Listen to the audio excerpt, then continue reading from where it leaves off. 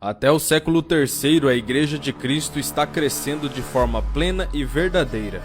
Mas no século IV, no ano de 313, acontece algo. Constantino era imperador de Roma e em uma de suas batalhas ele tem uma visão, onde Cristo dá a ele a vitória sobre o outro imperador Magêncio. Ele ganha a batalha e por conta desse episódio, ele decreta a religião oficial chamada cristianismo. E foi nesse período que a igreja começa a perder a sua forma, pois ele junta Estado e igreja, tornando-se chefe do Estado e chefe da igreja.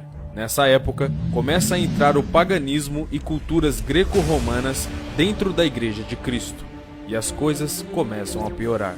Então, no vídeo de hoje falaremos sobre as heresias implantadas pela Igreja Católica. O meu nome é Lucas Daio e sejam bem-vindos ao Testemunhando Jesus Cristo. Onde aumentou o pecado, transbordou a graça.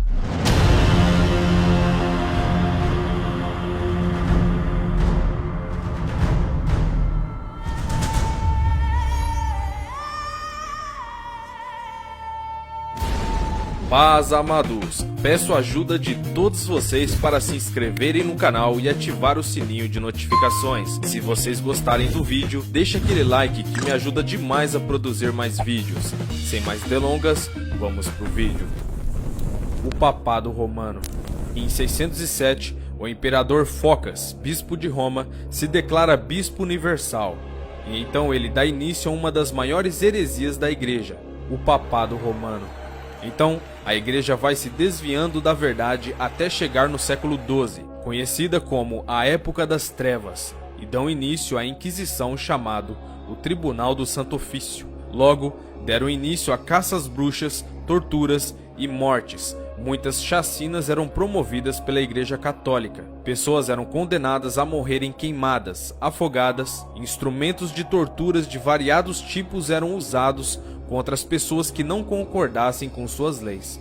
Veja agora alguma das evoluções dessas heresias até a época de Lutero. Época esta que Deus deu um basta e se fez necessário uma reforma para uma igreja que tinha perdido a sua forma. A evolução das heresias. No ano de 300 iniciou a oração pelos mortos e no mesmo ano iniciou também o fazer o sinal da cruz. No ano de 320, se institui a confecção e o uso de velas de cera, sendo acesas em momentos de culto. No ano de 375, a igreja adota a adoração aos anjos, dos santos mortos e dá ofício à confecção e uso das imagens. No ano de 394, eles instalam a missa e ordena que seja feita essa celebração diariamente.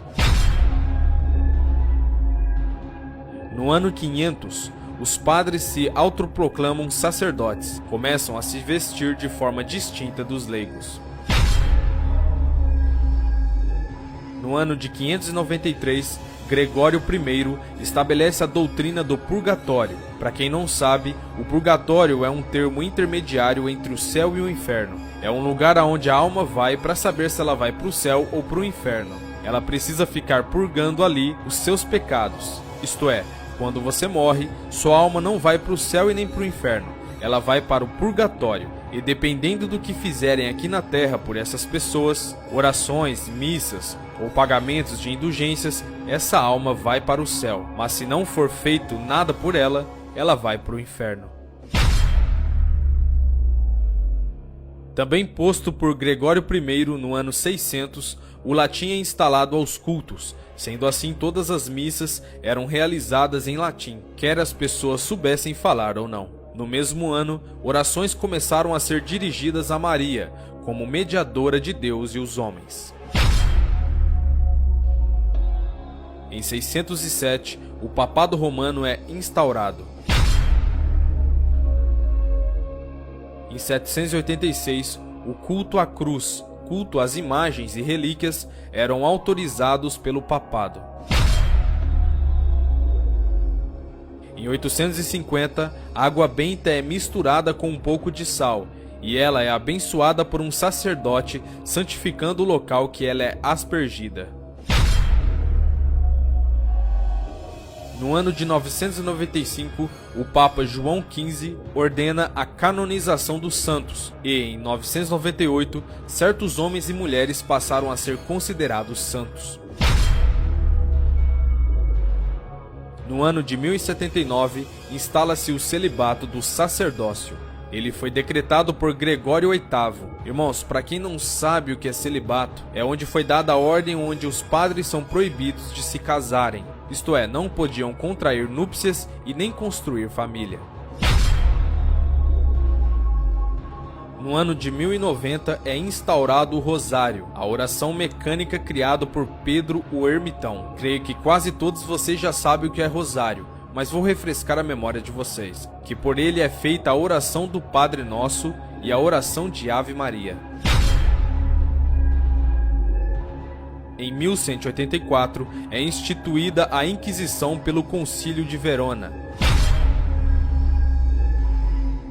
No ano de 1215, a transubstanciação é proclamada pelo padre Inocêncio III. A transubstanciação é o momento da Eucaristia, isto é, da hóstia. Ela se transforma na carne e no corpo de Cristo real e não simbólico.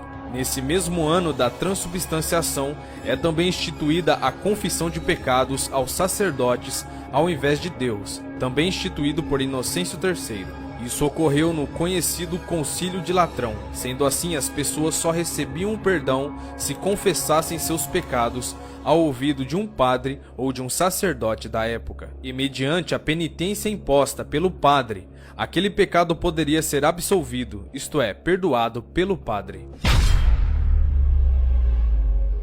No ano de 1229, é declarado a proibição da Bíblia aos leigos e é colocado no índice de livros proibidos pelo Concílio de Valência. Ou seja, só era permitida a leitura da Bíblia pelo alto clero, como sacerdotes e cardeais.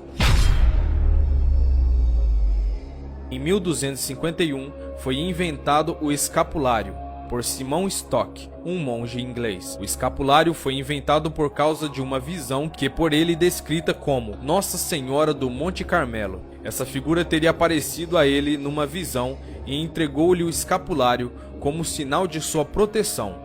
Eles acreditavam que o escapulário é um sinal externo de devoção mariana, que consiste na consagração à Santíssima Virgem Maria, por meio da inscrição da Ordem Carmelita, na esperança de sua proteção maternal.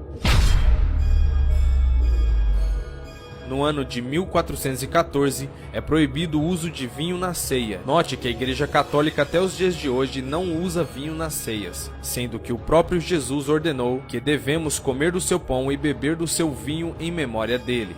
É claro, esse ato é simbólico, não necessariamente precisa ser o vinho original, porque é em memória de Cristo. E se você pratica esse ato na igreja em que você congrega, continue, pois é a ordenança de Cristo. No ano de 1439, o purgatório é proclamado como um dogma pelo Concílio de Florença. No mesmo ano, é instaurada a doutrina dos 7 sacramentos. A doutrina dos 7 sacramentos são batismo, confirmação ou crisma, eucaristia, reconciliação ou penitência, unção dos enfermos, ordem e matrimônio. A doutrina dos 7 sacramentos estão ordenadas pela Eucaristia, como para o seu fim. No ano de 1508, é aprovado a oração para a Ave Maria pelo Papa Sixtus V.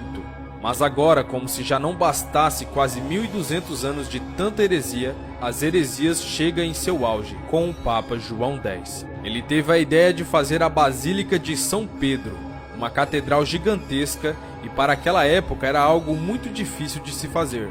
Foi então que ele decide fazer uma das maiores heresias de toda a história da Igreja: a indulgência papal. O significado de indulgência papal é o seguinte: qualquer homem pecador só poderia receber perdão dos seus pecados mediante a posse de um documento assinado pelo Papa. Esse documento se chamava indulgência, e quem tinha esse documento poderia ser levado ao céu. Mas tudo isso tem um porém: esse documento era comprado. Vocês perceberam quem está por trás de tudo isso? Satanás conseguiu enganá-los e fez fazer com que o perdão viesse